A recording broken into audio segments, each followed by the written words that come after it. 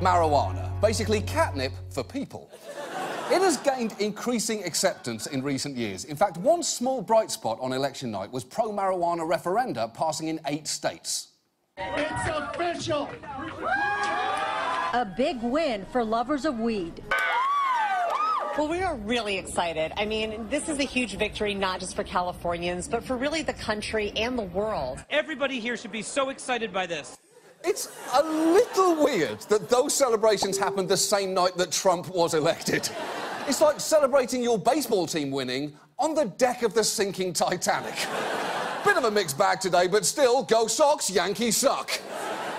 Now, as it stands, 44 states now have some form of medical marijuana law, and 8 have laws allowing recreational use. And that is good news. The war on drugs was futile, expensive, and imposed overly harsh penalties, especially on African Americans, who police data suggest are over 4 times more likely to be arrested for marijuana possession. Although, interestingly, white people are 1,000,000 times more likely to be shocked by that statistic.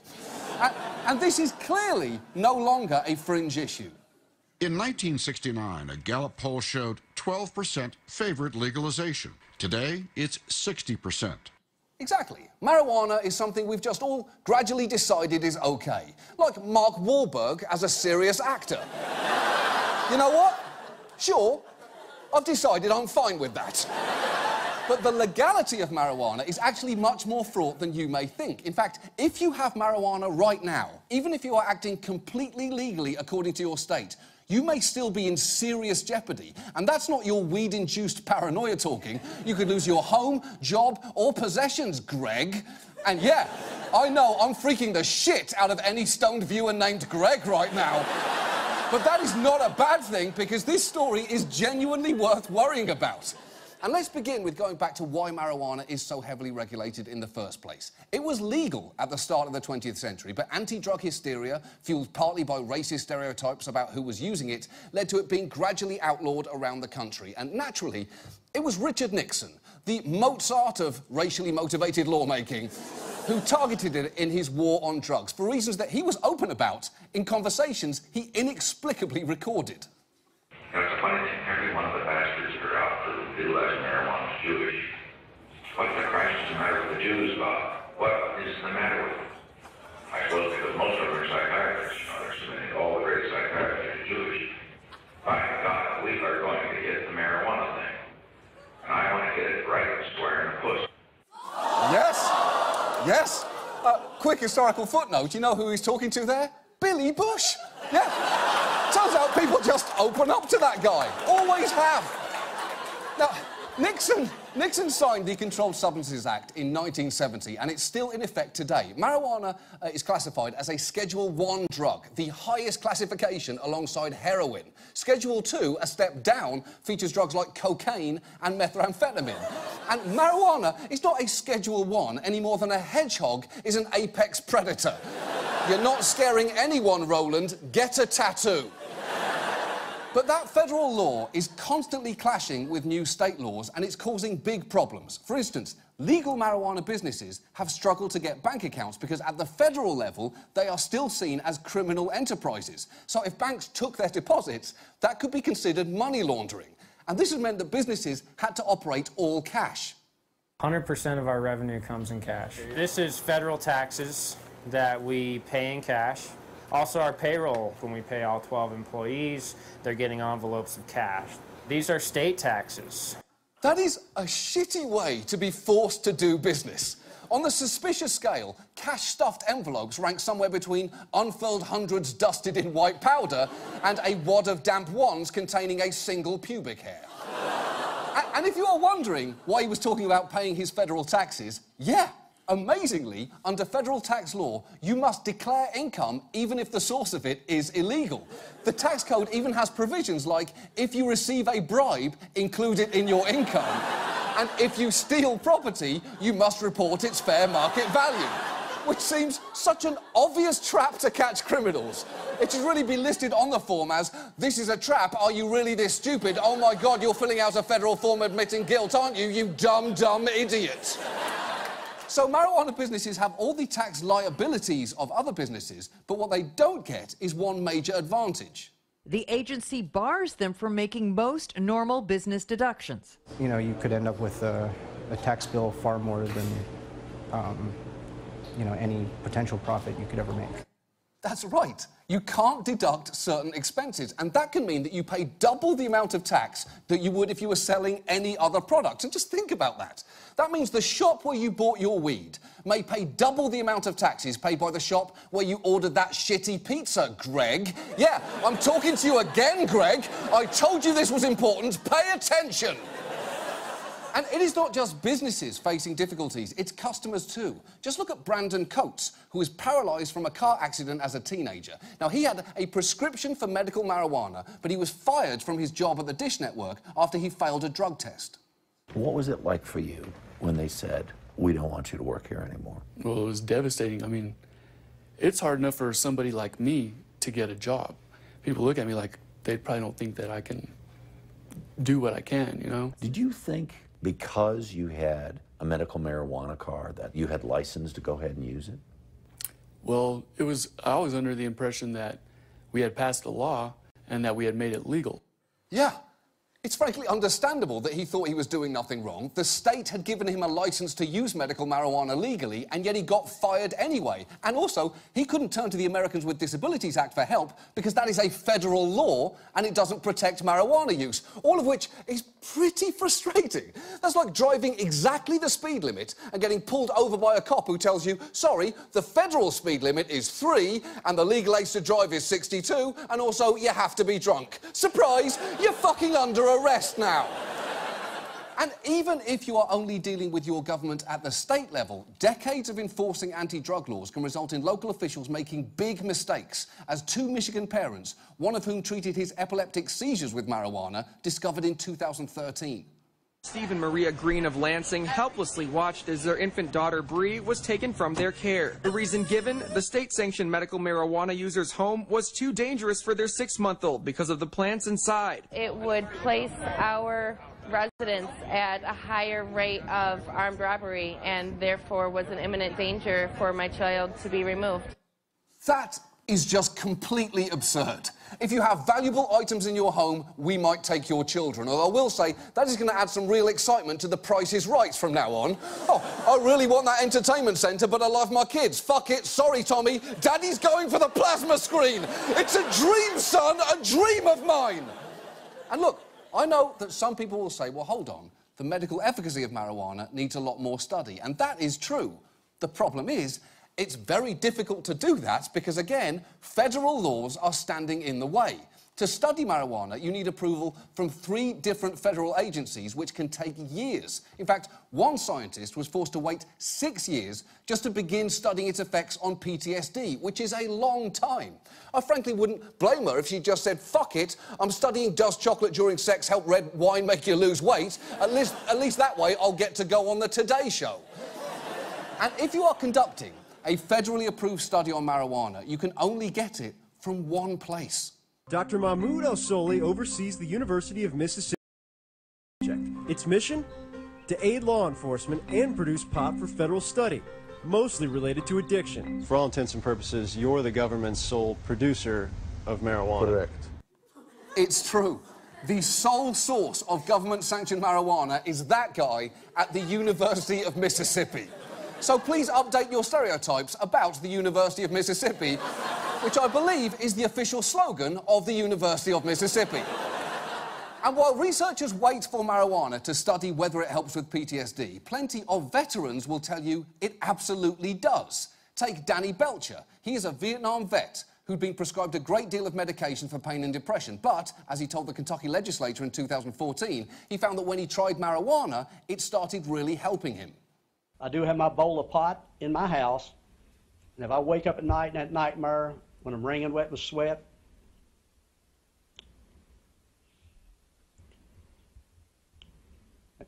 and I see Kramer, his dead body, Rodriguez, his dead body, if that nightmare gets so bad, I can't wake up and realize it's just a nightmare, I will light that pipe up, I'll be a criminal, I'll go back to sleep, but next morning, I will get up at 6 o'clock like I always do. 4 days a week, I go to the gym, I run, I help other veterans. I couldn't do that if I was on them damn drugs the VA had me on. Exactly. So for all the talk you hear of marijuana being a gateway drug, in his case, that gateway led to peaceful sleep, rigorous exercise, and community service. Pretty nice fucking gate, it turns out. Nice one to walk through if you get the chance. Now, you may have noticed that he said he's acting like a criminal there, which is a little odd, because Kentucky actually has a medical marijuana law on the books. But the shortcomings of that law touch on many of the reasons why legal marijuana can actually be a bit of a grey area. For a start, Kentucky's law has many restrictions. It only applies to one marijuana product, and it requires a written order or a prescription. And that is a real problem, because under federal law, it is technically illegal for any doctor to write you a prescription for marijuana. Now, so most states, they get around that by just calling for a recommendation or a certification, which doctors can give you. But even if Kentucky's law did that, if Danny went to his doctors at the VA, they couldn't give him anything because they're a federal hospital, and federal policy prohibits VA doctors from even recommending marijuana regardless of the state law and regardless of their medical opinion, which again is a bit weird. A doctor shouldn't be ignored because he recommends marijuana. A doctor should only be ignored because he is televised. We all agree on that. We're all on the same page on that one, I think. But here's the thing, it gets worse. Even if Danny had a private doctor and Kentucky rewrote its law, where would he get marijuana from? Because Kentucky's law also neglected to set up any system for legal marijuana distribution, so he'd have to obtain it from somewhere else. But where would he do that? And how? Now, he could have it shipped, right? Except, no, that would be a federal crime. But what if he flew to a state where marijuana is completely legal and just brought it back to Kentucky? Here's the thing, no, again, that is also a federal crime. Could he drive to a neighbouring state to get what he needs? Unfortunately, no, because 2 of those states have total prohibitions on marijuana, and the rest don't currently recognise out-of-state patients. Now, if you are thinking, well, hold on, could he train a carrier pigeon to carry the pot from Colorado? Yes, that's a good idea, and cool bird stamp. But, as a practical matter there, no. Partly because it's illegal, and partly because you know the bird will eat it on the way, stop flying, and spend the whole night giggling about how owls seem like they have glasses, but, like, don't have glasses? And that's crazy, right? They don't know, but it's there, right? The point is, if you live in Kentucky, despite there being a law that ostensibly gives access to medical marijuana, there's virtually no legal way for you to get it. Now, things fractionally improved toward the end of the Obama administration, because his general attitude was essentially this. We still have federal laws that classify marijuana as an illegal substance, but we're not going to spend a lot of resources trying to turn back decisions that have been made at the state level on this issue. Right. His attitude to pot was basically, I'm not going to hassle you over this unless you make me. Essentially the same policy as a security guard at a Dave Matthews concert. And his administration issued guidelines in that spirit. By the end of his term, it was actually a little easier to study marijuana and for dispensaries to get bank accounts. But those guidelines weren't permanent, and that could be a real problem, because our new Attorney General is Jeff Sessions, the concept of golf expressed in man form. And he has been pretty clear where he stands on marijuana. This is not a non-dangerous drug. This drug is dangerous. You cannot play with it. It's not funny. It's not something to laugh about. And trying to send that message with clarity that good people don't smoke marijuana. Well, Lady Gaga said she's addicted to it and is not harmless. Yeah, OK, Jeff. But Lady Gaga also said, I believe that men and women deserve to love each other equally, as well as touch me in the dark, put your hands all over my body parts.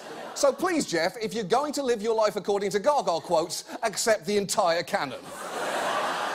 And listen, I'm not saying there shouldn't be laws that place sensible restrictions on marijuana as there are with other substances, but our federal laws desperately need to be brought up to date. And perhaps there is no clearer sense of just how establishment that view is becoming than this. The Cannabis Caucus is a bipartisan effort to protect state marijuana laws and blow out outdated federal prohibitions on weed. Believe it or not, these are the guys pushing for legalized pot in Congress. Yes. There is now a cannabis caucus in DC, and it's co-chaired by these four narcs. And if even an 83-year-old Republican from Alaska has come around on this issue, then it's probably time for our laws to catch up. And there are a bunch of ideas out there. One bill proposed just this week would remove marijuana from the Controlled Substances Act and officially rename the ATF the Bureau of Alcohol, Tobacco, Marijuana, Firearms and Explosives, which does really make sense. Just get all the awesome stuff together in one place. In fact, why not keep going and make it the Bureau of Alcohol, Tobacco, Marijuana, Firearms, Explosives, Monster Trucks, Motorcycle Jumps, and sick-ass leather jackets with tigers on them. And by the way, that jacket is even sicker in person. This is my jacket. This was me this morning. This is an actual $6,000 Gucci jacket. And for anyone stupid enough to buy one of these, it's worthless now. I just made your jacket uncool and worthless by wearing it. But that bill is just one proposal. Fixing all of this is a huge undertaking. Marijuana laws affect everything from environmental regulations to international treaties. And ideally, we should also go back and expunge records of people convicted of low-level marijuana offences in the past. And all of this, I know, is a lot of work, which is why we should really start right now.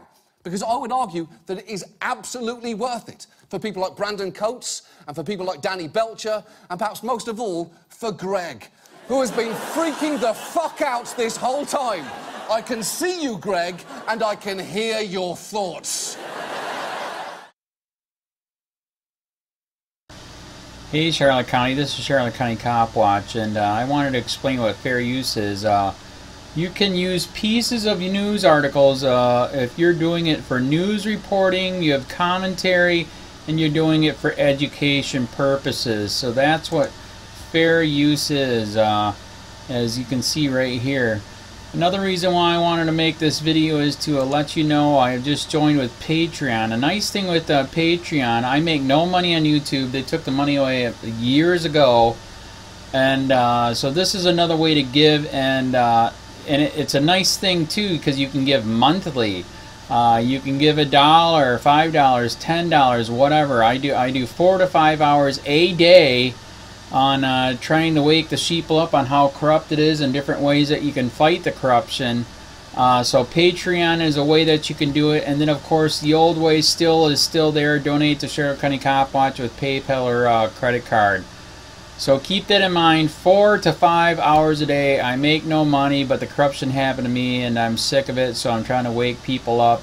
But my wife would love it if if we could get some help out there. There's 47,000 subscribers. Just think if each one of you subscribers just gave let's say actually yes, $1 a month. 47,000 subscribers gave $1 a month. That would be awesome. That's not going to happen. But anyways, that would be great if it did happen. But do the math in your head. Just think about it. Like I said, 4 to 5 hours a day. I get no money from YouTube. YouTube has gone nuts. You can't do anything anymore. They're taking the money away everywhere. So these are a couple different ways that you can still help out with all this time that I put in. And as you know, I'm in a special situation where, at least I can do it, 4 to 5 hours a day. We have a cleaning company during the day. That's what allows me to do this, and we're debt-free. So this is my hobby. I don't go fishing and all that other crap. I try to save the world.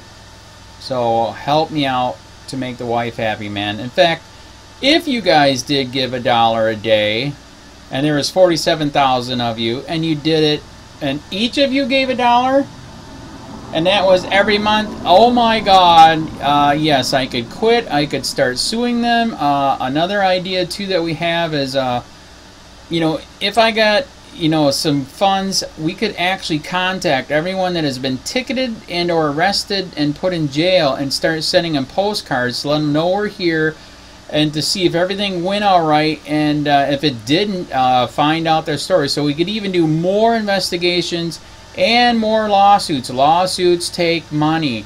So just think about that. 47,000 of you so far right now. $1 a day. $1 a month on Patreon, or $5 a month Patreon, 10, 20, whatever. Just do the math in your head. Help out. This is a lot of work every single day. Thanks.